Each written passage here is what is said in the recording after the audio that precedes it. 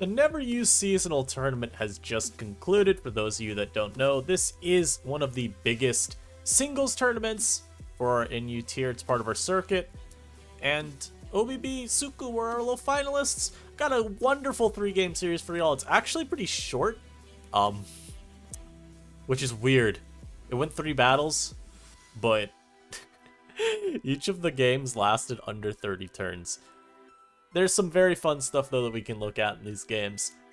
Especially from Soucou's side. I feel like he kind of shows you what the definitive bulky offense slash balance team is with a lot of his team picks here. And we'll even see a little visitor from our ladder nightmares. You'll know what I mean when we get to game 3. As per usual, though, if you're not yet subscribed, do make sure that you hit that button down there. And even if you think you might already be subscribed, just go check. And while you're down there, leave a like on the video. Helps me out a ton. We're almost at 8K subs. I think it'd be really cool to hit that today. That's just me. I mean, that's just me. So, game 1. I hate OBB's team. I really do. And it's just for the simple fact that there's a Mudsdale on it. I really don't like horse in this meta. I don't really know what it accomplishes too much. It is a pretty, stout physical wall. And if you're expecting a Rhyperior, which you loaded into, it's going to be pretty good. It's not a ground that I really enjoy using right now. I think when you look at our other options for ground types, even if you want to go down to like Swampert and Quagsire tier ground types, they just give you a little bit more than the horse, whose whole job is just to sit there and kind of be obese. Beyond that, though, as I'm looking at his team, I mean, the things that are coming to mind is it's like, I wasn't sure at preview if this was going to be just pure Life Orb offensive Gallade, or, maybe Sword Stance, or if it would be AV, because as I looked at the rest of the team, I then also decided, hey, what does he switch into any special attacker? I'll give the team this. Things like Dragalge don't really switch in anywhere, so even though Dragalge bends this team over its knee, it doesn't actually have a great matchup, because like Gallade beats it, Cloyster beats it, Horse beats it, Serena can beat it depending on set, Crook beats it, and then even Rotom Heat, like, sure, Dragalge beats Rotom Heat, but if you hard switch into me, I'm just volting. It's not really anything that you care about. So I found that kind of interesting. It's like, special attacks, your team not having a special, that's not really like a bad thing. It's just, it's not a very fast team. And so as a result, I just immediately think to like, what are a brand of wall breakers that can give you issues? Like even something like Nasty Plot Mew. I'm really not sure what you do with this team to beat that. I think you probably have to hope for like a well-timed Terra with the Gallade. That's probably going to be your best bet.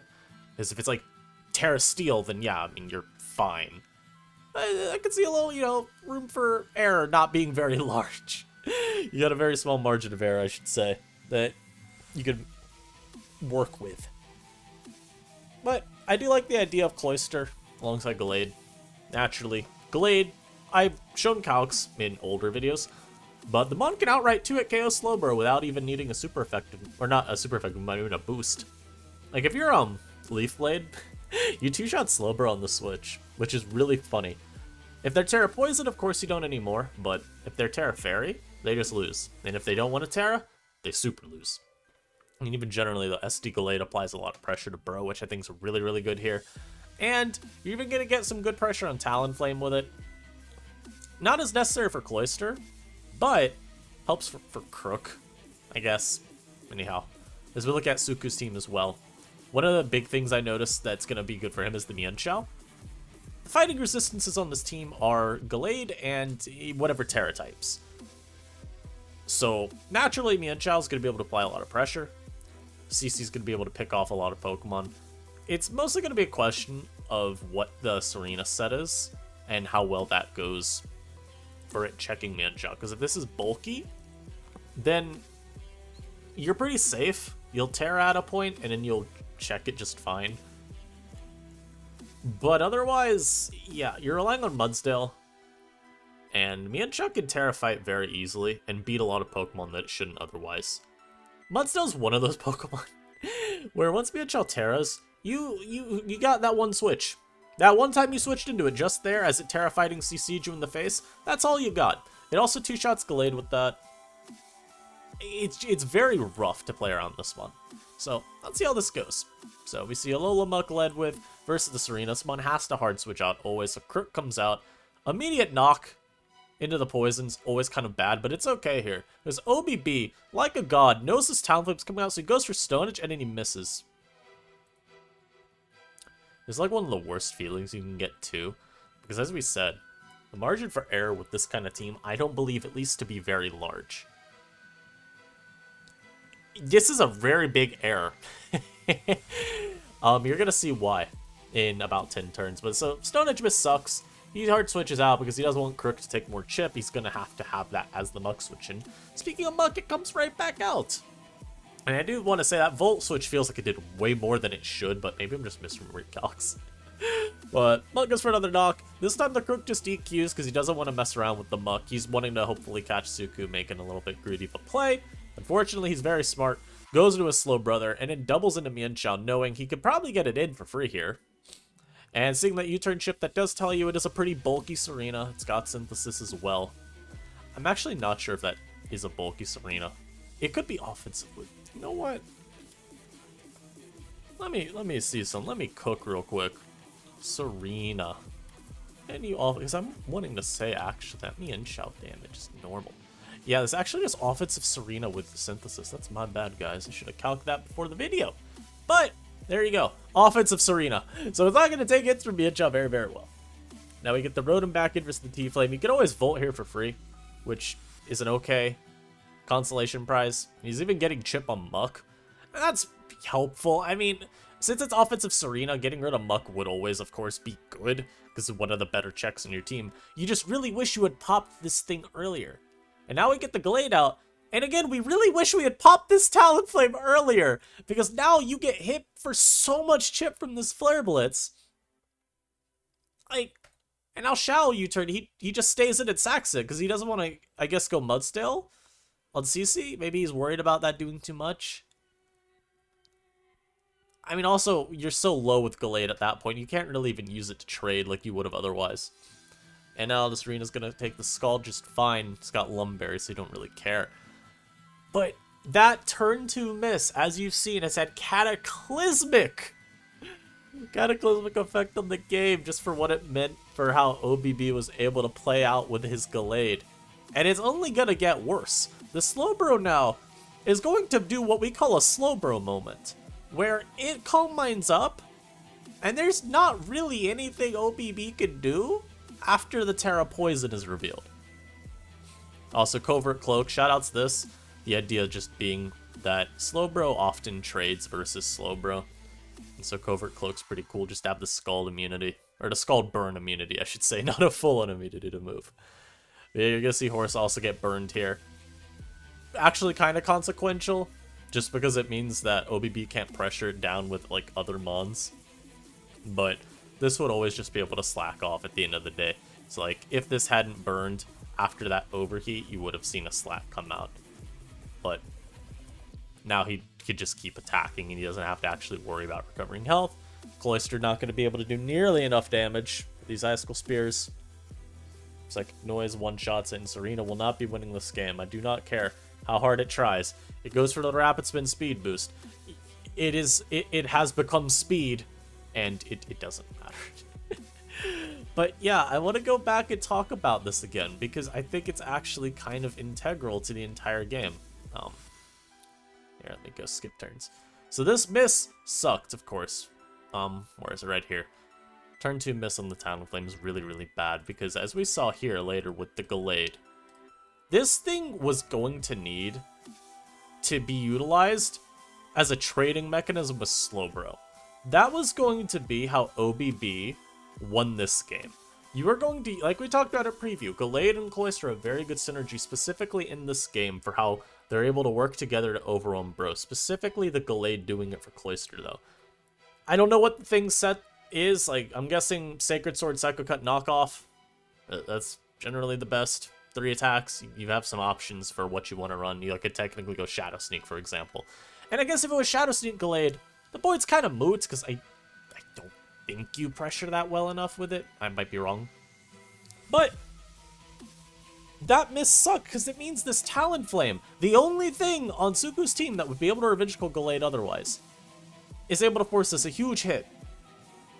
And now you're not ever going to be able to even trade with Slowbro. I mean, God, that Mon will now 1v1 you very easily because you're too low. You're in Scald range, it's over.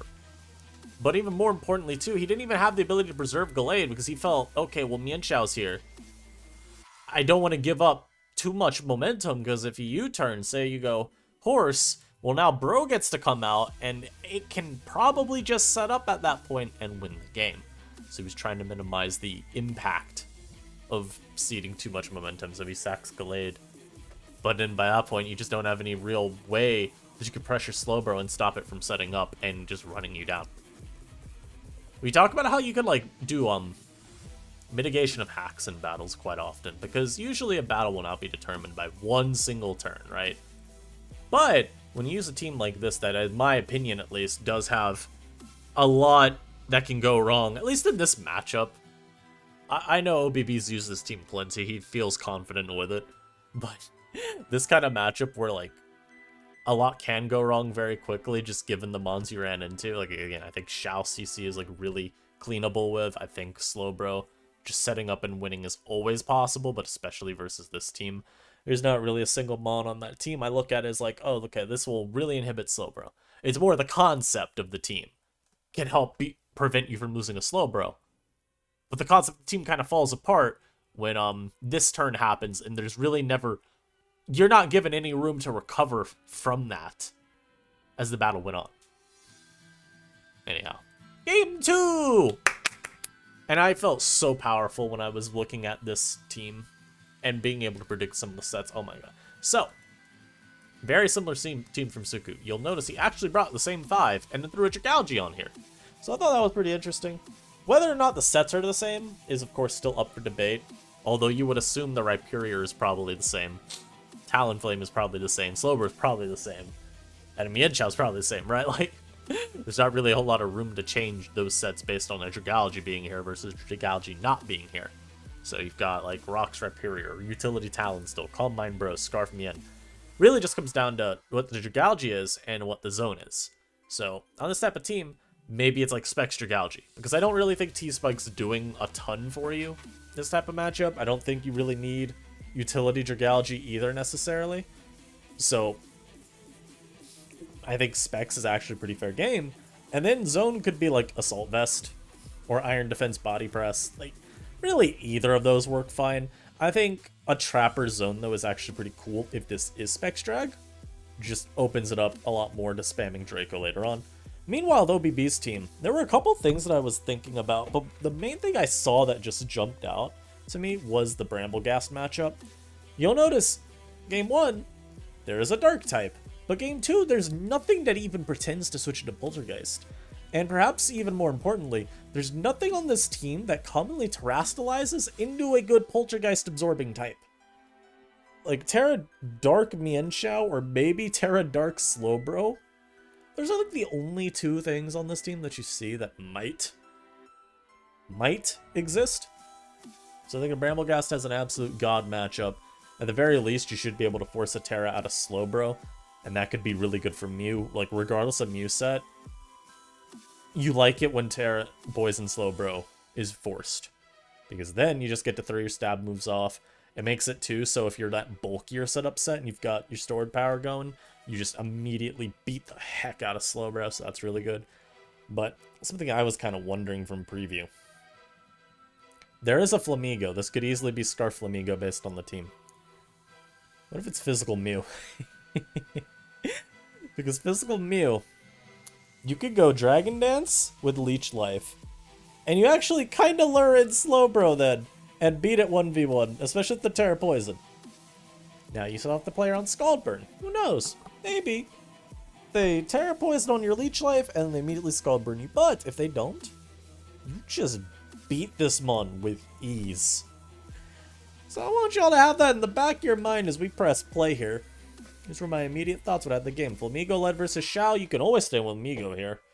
I mean, there's literally nothing that costs you that. And immediate justice So last game, the Talonflame was brought out versus the Scarf for turn 1. Looking for a burn on Crook Knock in this game. Obviously, instead it dodged to Stone Edge. This game, it's doing the same thing. Also just wanting to switch into a potential CC. I mean, if CC ever comes out, that's fine. But they get a little greedy, forgetting they have a full health Slowbro. And they were also thinking U-turn could have happened, of course. And if you can go Talonflame, you'll take less from U-turn, and you'll also potentially punish. But he gets a little bit too greedy wanting that flame body, and he gets absolutely smacked in the mouth. Now we see the Flamigo stay in. You see the balloon, so you know there's Iron Defense shenanigans coming. Oh, maybe it's up Brave Birding, I guess predicting the Iron Defense to come out. So pretty good play by him as he goes Zone. Unfortunately, Zone can't really do anything to opposing Zone here, so he basically just ends up sacking. I'm guessing that was Assault Vest. But now Migo comes back out. CCs. I saw that and I honestly wasn't sure at the time. Is this banded damage? Like, I don't know. I looked at that and I was like, is that banded Migo? Because I thought that Magnazone lived a Mienchao's. Like, we just assume like 252 HP, for example. Wow. Okay, so two things. It's Balloon Zone, so I think it's actually more likely that it just has a more offensive EV spread. But I was right! I was right in thinking that this calc seemed a little off. So it's probably just not bulky setup zone. So the CC ends up killing, as y'all see, I mean, easily in range from the Scarf Flamigo. It's just not max HP, so who knows. Anyhow, like I talked about, nothing to take Bramblegeist Poltergeists. So Slowbro actually is just straight up forced to go for Terra Poison here. And that's horrible. Because you know what's about to come out right here? You know what's about to make their grand appearance? Rapirior is, because there's nothing to switch into EQ. But I was... Yeah, Mew's pretty good too. Anyhow, Slowbro forced to Terra, so Rapirior comes out. And OBB very smartly goes Flamigo because his mon isn't worth keeping around at all anymore. Just sacks it to Dragalge, and we see no lefties recovery, and of course it took Spike's chip. Tells us this is very Spectacles, but here it is! Physical Mew! I told y'all it would be physical, and I was right. And now, of course, Mew will be able to finish this game off long term. Vaporeon comes out just to scout the Mienshao, and unfortunately for OBB, Vaporeon is not being used in Gen 8, so it's not a good Pokemon.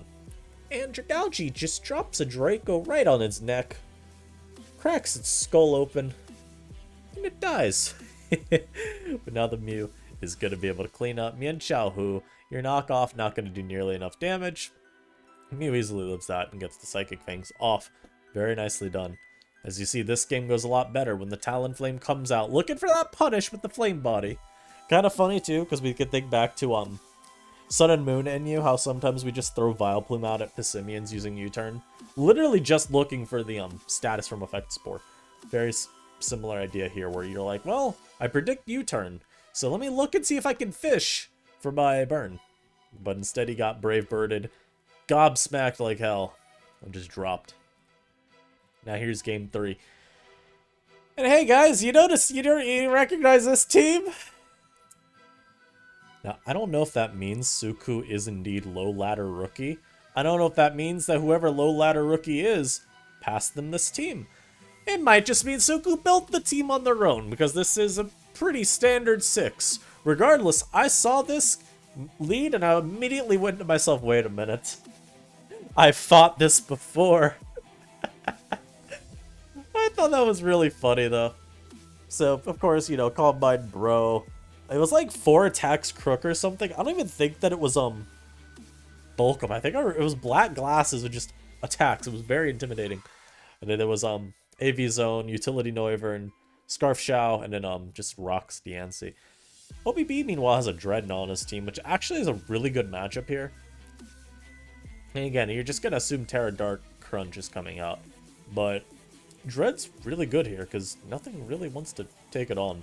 Now, you'll ask, of course, okay, well, how does Dreadnought ever get a Shell Smash? I agree, I don't know. But you're probably going to look for it on, like, Noivern, would be my guess, because you're not going to get one-shot by that. Technically, Mienshao could lock into a bad move, and then you could go for it versus that. Maybe you have it out versus Diancie, and the opponent just wants to preserve Diancie, so they switch out. there's a couple ways toward Dread gets it set up, but none of them are just super clean. I also will point to each side really in this matchup, but primarily OBB's side.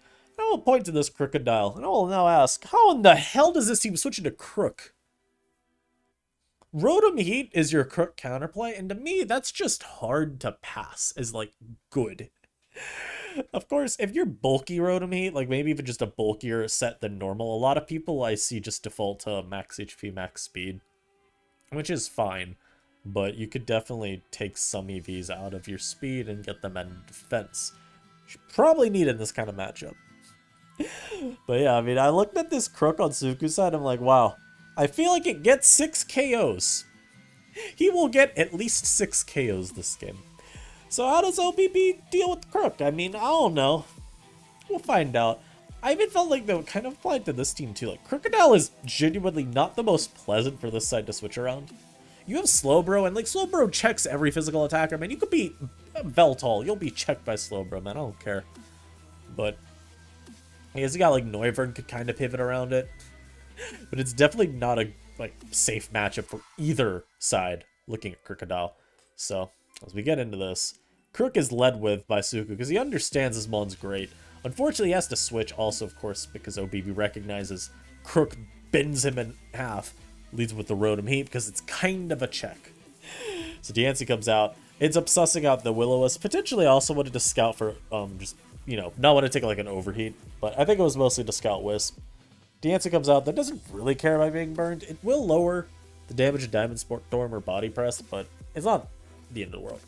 So now Zone comes out, and this is AV with Analytic. As you see the damage here, that is very, very analytic. And now the Crook comes out, which I found to be a little bit of a misplay because you just saw it use, or just have Will-O-Wisp. And yeah. Now, I didn't check this, but I want to see. Rotom Heat. 248, because that's actually better. This is how we work with Stealth Rock numbers. And we'll do black glasses, because we'll assume this is the same team. Knockoff never killed. Now, that is a... Okay, we do see that this Rotom, it's either, like, not black glasses Crook, or the, Rotom has, like, some bulk in addition to max HP. But this move never killed there, and I don't know what you're trying to bluff. Like, Stone Edge, I guess? But Stone Edge Crook isn't really used outside of Scarf. And it's probably Scarf Shell in the team. I guess you gotta still scout that, but I don't feel like anyone's switching out even in face of Stone Edge. You know? So, I don't know. I felt that there was really very confusing because, yeah, you just, like, Crook get burned, and now you don't even do enough chip, and he just heals all of that back with Pain Split. So, very unfortunate turn for Soucou, and now they just end up trading as much damage as they can on the Rotom. At least get it nice and weak for something like Shao to now clean up versus... Yeah, I mean, he's in a bit of a rough spot. Good U-turn here from Soucou. Just capitalize on the predicted switch. Bring back in the Zoner. The Monkey Dory does not end up going for a Terra Blast ground here. Instead, U-turns back into the Rotom. Unfortunately, though, you are getting caught in the Vortex. So now Shao gets to come back out. Hit him with a U and bring out literally whatever he wants. And it ends up being the Noivern. One slight problem. That Noivern stays in too many turns. You will be losing to the DREDNAW. The Zone comes in though, as we see. It was Assault Vest, and the keys was Switcheroo. But it's better to get the Assault Vest off the Zone anyway, so pretty good play. As we see Noivern come out. Doesn't really take the knock terribly. And we're able to just see Soucou continue to try to generate as much momentum, basically as humanly possible. As we now, we're gonna see like the most mid-off trade ever. So you see that Flash Cannon chip do literally 36, like, oh, wait, never mind. I don't like that anymore. Then an Noivern come out, as of course, because with the keys having an Assault Vest, it can't set the spike back up. I don't know if defogging away the spike was actually even worth it. I don't really know if that chip is worth losing Noivern for, but I guess Noivern was probably just going to end up being setup fodder for Dread anyway, so it's kind of like, who cares? As the Diancie now is tasked with switching into Monkey Dory.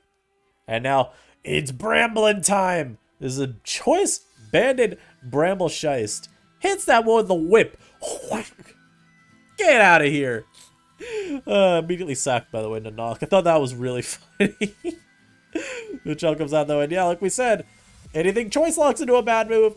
Dreadnought time. It goes for the shell smash. We don't see a Terra come out of Soucou either. I mean, it didn't really matter either way because this wasn't going to one-shot with Scald. But that gets beat down. This gets beat down.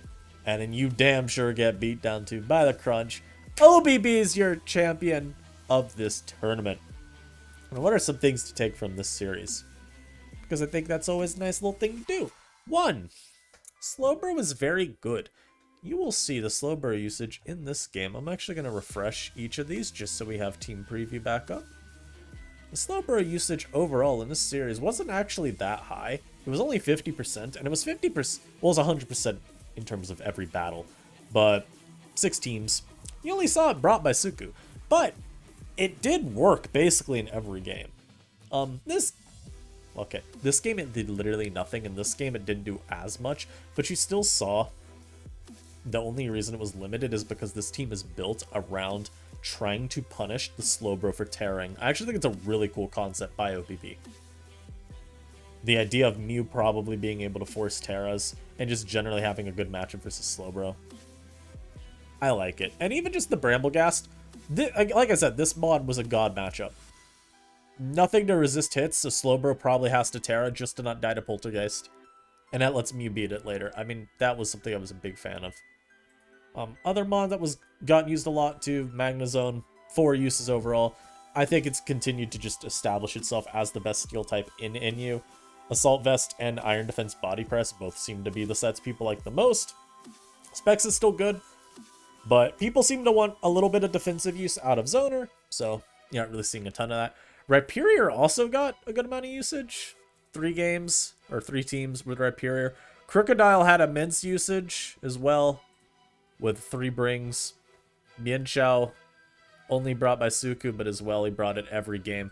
Basically, you could look at Suku's team to see what, like, is truly meta. Because that is, he brought 3 similar teams across the board, but across all of them, there was Mienshao, there was Magnezone, and there was Slowbro. So, hey, these are like 3 of our best mons for a reason. But hope y'all enjoyed. As always, leave a like if you did. Ring that bell too. You never will miss an upload that way. I will see you in the next video. Peace.